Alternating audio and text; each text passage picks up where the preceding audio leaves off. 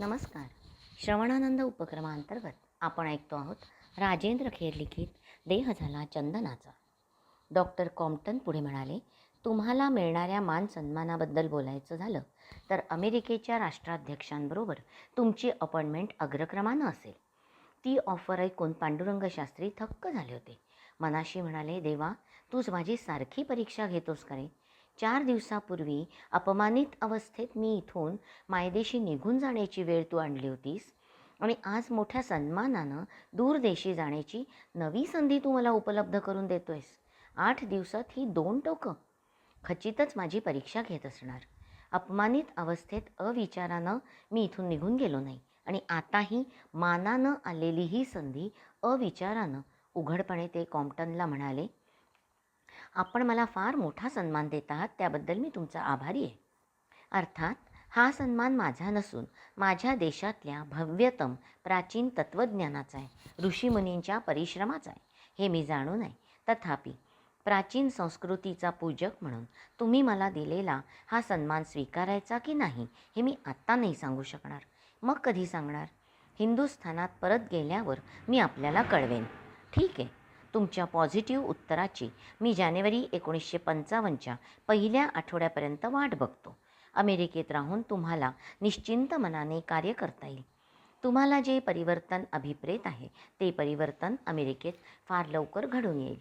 अमेरिकेतील माणसाला आज खरोखरच वैश्विक धर्माची, चिरंतन तत्त्वज्ञानाची आवश्यकता आहे. अमेरिकेत जर तुमचे प्रयोग यशस्वी झाले तर ते जगात पोचायला मुळीच वेळ लागणार नाही. साहजिकच हिंदुस्थानातही परिवर्तन घडून येईल. म्हणजे तुमचं कार्य हिंदुस्थानापासून वंचित राहिलं असं होणार नाही. गेल्या काही दिवसात आपण चर्चा केल्यानुसार खऱ्या अर्थानं विश्वधर्म निर्माण करता येईल आणि त्या योगानं सारा समाज उन्नतावस्थेला नेता येईल. आपले नेत्र मिचकावून गालातल्या गालात हसत ते पुढे म्हणाले, तुमच्या श्रीकृष्णाला हेच अभिप्रेत होतं ना? आमचा श्रीकृष्ण नाही, डॉक्टर कॉम्प्टन, आपला श्रीकृष्ण म्हणा.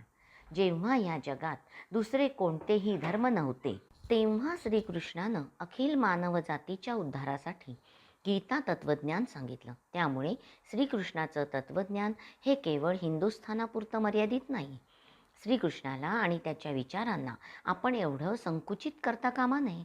पांडुरंग शास्त्रींच्या या बोलण्यावर डॉक्टर कॉम्प्टन मनापासून हसले. मग म्हणाले, म्हणजे तुम्हाला आमच्याकडे यायला मुळीच हरकत नाही तर? कारण श्रीकृष्णाचं कार्य करायला देशकालाची बंधनं मुळीच नाहीत. अगदी बरोबर. फक्त कार्याची मुहूर्तमेढ कुठे रोवायची एवढाच माझ्यापुढे प्रश्न आहे. यावर विचार करून मी तुम्हाला हिंदुस्थानात गेल्यावर कळवीन. ही गोष्ट जेव्हा मगनभाई शहांना कळली तेव्हा त्यांच्या उत्साहाला उधाण आलं.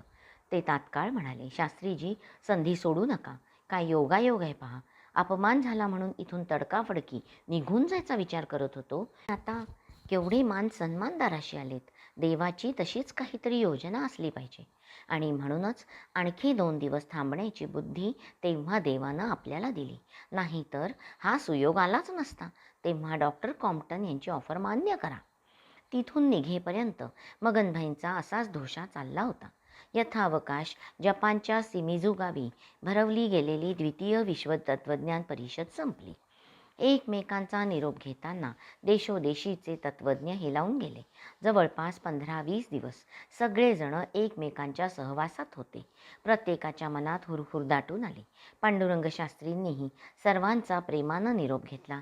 डॉक्टर सिन्ने गामींचा निरोप घेताना म्हणाले, आपण मला इथे येऊन विचार मांडण्याची संधी दिलीत. अहो, मी तुमचे आभार मानले पाहिजे. तुमचा मला केवढा सहवास लाभला. रोज संध्याकाळी फिरायला जाताना तुम्ही केवढं विचारधन मला दिलंत, म्हणून मीच तुमचे आभार मानतो. एवढं बोलून डॉक्टर सिन्ने गामींनी आपले किलकिले नेत्र आणिखच किलकिले केले आणि म्हणाले, डॉक्टर कॉम्प्टन यांचं अमेरिकेत फार मोठं वजन आहे.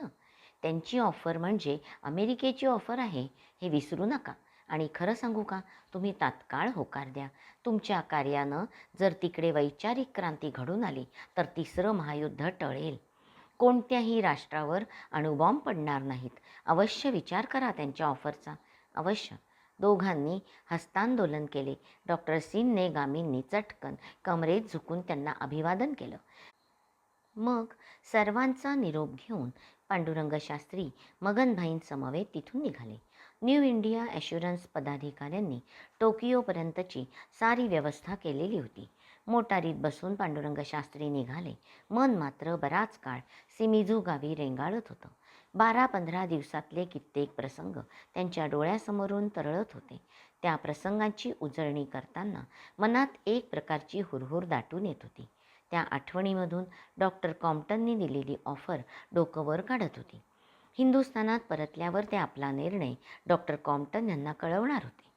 निर्णय काय होणार होता हे त्यावेळी त्यांना सांगता आलं नसतं. विमान जेव्हा सांताक्रूझ विमानतळावर उतरलं तेव्हा पांडुरंग शास्त्रींचं मन शांत झालं होतं. त्यांच्या मनानं ठाम निर्णय घेतला होता. संपूर्ण विमान प्रवासात त्यांनी विचारमंथन केलं होतं. अमेरिकेला मुळीच जायचं नाही हा विचार त्यांच्या मनात स्थिरावला होता. हिंदुस्थानातल्या हजारो लाखो दुःखित पीडित बांधवांना यशस्वी आणि सुखकारक जीवनाचा मार्ग दाखवण्यासाठी इथूनच कार्याला प्रारंभ करायचा हे त्यांनी ठरवून टाकलं. या प्रसंगातून कार्यारंभ करण्याची सूचना भगवंतानंच दिली आहे असा विश्वास त्यांना वाटत होता. भगवंतानंच जर अशी सूचना दिली आहे तर कार्यसिद्धी निश्चितच होईल अशी त्यांची धारणा होती. विनाविलंब देवकार्य सुरू करण्याचा त्यांनी निश्चय केला. शिक्षण क्षेत्रापासून कार्याला प्रारंभ करावा असं त्यांनी मनाशी ठरवलं. बँकॉक ते बॉम्बे या प्रवासात त्यांना तत्त्वज्ञान विद्यापीठाची कल्पना सुचली. ते विद्यापीठ उभारण्याचं त्यांनी निश्चित केलं. भगवद्गीतेमध्ये भगवान श्रीकृष्णानं म्हटल्याप्रमाणे कर्म कधी कुणाला चुकत नाही, मग तो सामान्य मनुष्य असो अथवा ज्ञानी. प्रत्येक प्राणीमात्राला कर्म करावंच लागतं, त्याची इच्छा असो वा नसो. परंतु कर्म करताना कर्माचा बंध तुटायला हवा. त्यातच खरं नैष्कर्म्य असतं. त्यालाच निष्काम कर्म म्हणतात. निष्काम कर्म करीत असताना प्रथम चित्ताची शुद्धी होते. चित्त शुद्ध झाल्यानंतर ज्ञानप्राप्तीची सिद्धी पदरात पडते. साधकाला आत्मसाक्षात्कार होतो. आत्मसाक्षात्कार झालेले पुरुष सुखदुःखाच्या पलीकडे जातात. ते जीवनमुक्त होतात, ब्रह्मरूप बनतात. साधक स्थितप्रज्ञ बनला म्हणजे ज्ञानाची एक एक पायरी चढायला लागतो. अखेर ब्रह्मरूप प्राप्त करून घेतो. ज्ञानमार्गावरून गेलेला साधक अशा तऱ्हेने मोक्षास पात्र ठरतो. निष्काम कर्म करणं आणि स्थितप्रज्ञ बनणं म्हणजे सर्वसंग परित्याग करून रानावनात जाऊन राहणं असा अर्थ त्याचा होत नाही. उलट ज्ञानमार्गावरून जाऊन अंतिम पायरी गाठल्यानंतरही साधकाला कर्म हे करावंच लागतं. आपल्याबरोबर समाजाला स्थितप्रज्ञ वृत्तीनं ज्ञानमार्गावरून नेण्यासाठी त्याला अखेरपर्यंत निष्काम कर्मयोग आचरावा लागतो. वयाच्या 34 वर्षापर्यंत पांडुरंग शास्त्री ज्ञानमार्गावरून गेले. आयुष्यात अनेक चढ उतार होत असताना ज्ञानसाधनेत मुळीच खंड पडला नव्हता. त्यांनी जी ज्ञानसाधना केली ती समाजासाठी होती. वैयक्तिक ऐहिक उत्कर्षासाठी त्यांनी मुळीच ज्ञानार्जन केलेलं नव्हतं. जे काही करायचं आहे ते समाजासाठी करायचं आहे ही जाणीव त्यांना लहानपणापासून होती.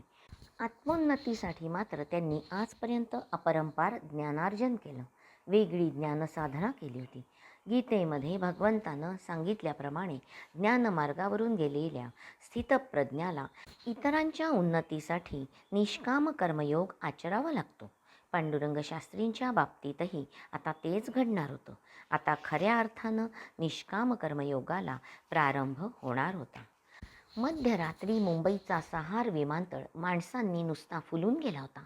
एवढी माणसं एकत्र जमली म्हणजे गडबड गोंधळ हा ठरलेला असतो. पण त्या जनसमूहात शिस्तीशिवाय दुसरं काहीही दिसत नव्हतं. ती माणसं जशी शिस्तीनं उभी होती त्याचप्रमाणे त्यांच्या हातातली गुलाबाची फुलं त्यांनी शिस्तीनं धरली होती. कारण टवटवीत फुलांनीच त्यांना पांडुरंग शास्त्रींचं स्वागत करायचं होतं. अमेरिकेहून येणाऱ्या विमानाकडे सगळ्यांचे डोळे लागले होते. आपापल्या जागेवर शांतपणे उभे राहून ती हजारो माणसं पांडुरंग शास्त्रींच्या विमानाची प्रतीक्षा करीत होती. आपापल्या हातातल्या काठ्या चाळवीत पोलीसही आपापल्या जागेवर शांतपणे उभे होते. बंदोबस्ताचं तसं काही कामच नव्हतं. कारण लाखो स्वाध्यायी एकत्र जमले तरी त्यांचा शिस्तबद्ध बंदोबस्त ते स्वतःच करतात ही गोष्ट पोलिसांना माहिती होती. किंबहुना स्वाध्याय म्हणजे शिस्त हे समीकरण आता त्यांना चांगलंच परिचयाचं झालं होतं. एवढ्यात एक विमान क्षितिजावर घरघरताना दिसलं. हजारो स्वाध्यायी मंडळींमध्ये आतुरतेने हालचाल झाली. त्याबरोबर हातातली फुलंही हलली. हळूच वाऱ्याच्या झुळकीबरोबर गुलाबाचे ताटवे डोलू लागले. पण सागरावर एखादी लाट यावी आणि क्षणार्धात विरून जावी आणि सागर पुन्हा शांत व्हावा असा प्रकार घडला. पांडुरंग शास्त्रींना घेऊन येणारं विमान ते हे नव्हे. पोलिसांकडून कळल्यावर हजारो स्वाध्यायींची मार्ग प्रतीक्षा सुरू झाली. रेस मात्र कुणी हललं नाही. त्यांच्या पूज्य दादांचं स्वागत करण्यासाठी कुणीही पुढे झेपावणार नव्हतं. त्यांना त्रास होईल असं वर्तन कुणी करणार नव्हतं. आपापल्या जागेवर उभं राहून शास्त्रींचं मनोभावे दर्शन घेणार होते. स्वाध्यायी मंडळींची हीच पद्धत होती. शिस्त सोडून वागणं हे त्यांच्या आचारसंहितेत बसणं नव्हतं. पांडुरंग शास्त्रींचं स्वागत होणार हे कारणही तसंच झालं होतं. मार्च 1997मध्ये भारतातल्या साऱ्या वृत्तपत्रांतून ही बातमी ठळकपणे छापली होती. ती बातमी देताना पांडुरंग शास्त्रींचे मोठे फोटो त्या वृत्तपत्रांनी छापलेले होते. न्यूयॉर्क टाइम्ससारख्या बड्या वृत्तपत्रात सुद्धा त्यांचा पहिल्या पानावर फोटो होता. बातमीचं शीर्षक होतं, पांडुरंग शास्त्री आठवले यांना टेम्पल्टन पुरस्कार. 12 लाख पौंडाचा तो जगातला सर्वश्रेष्ठ पुरस्कार होता. मानवतेचं कल्याण कार्य करणाऱ्या या महान विभूतींनाच हा मोलाचा पुरस्कार देण्यात येत असतो. मी वृषाली केळकर आजच्या वाचनाचा येथे समारोप करते. श्रीकृष्णार्पणमस्तु.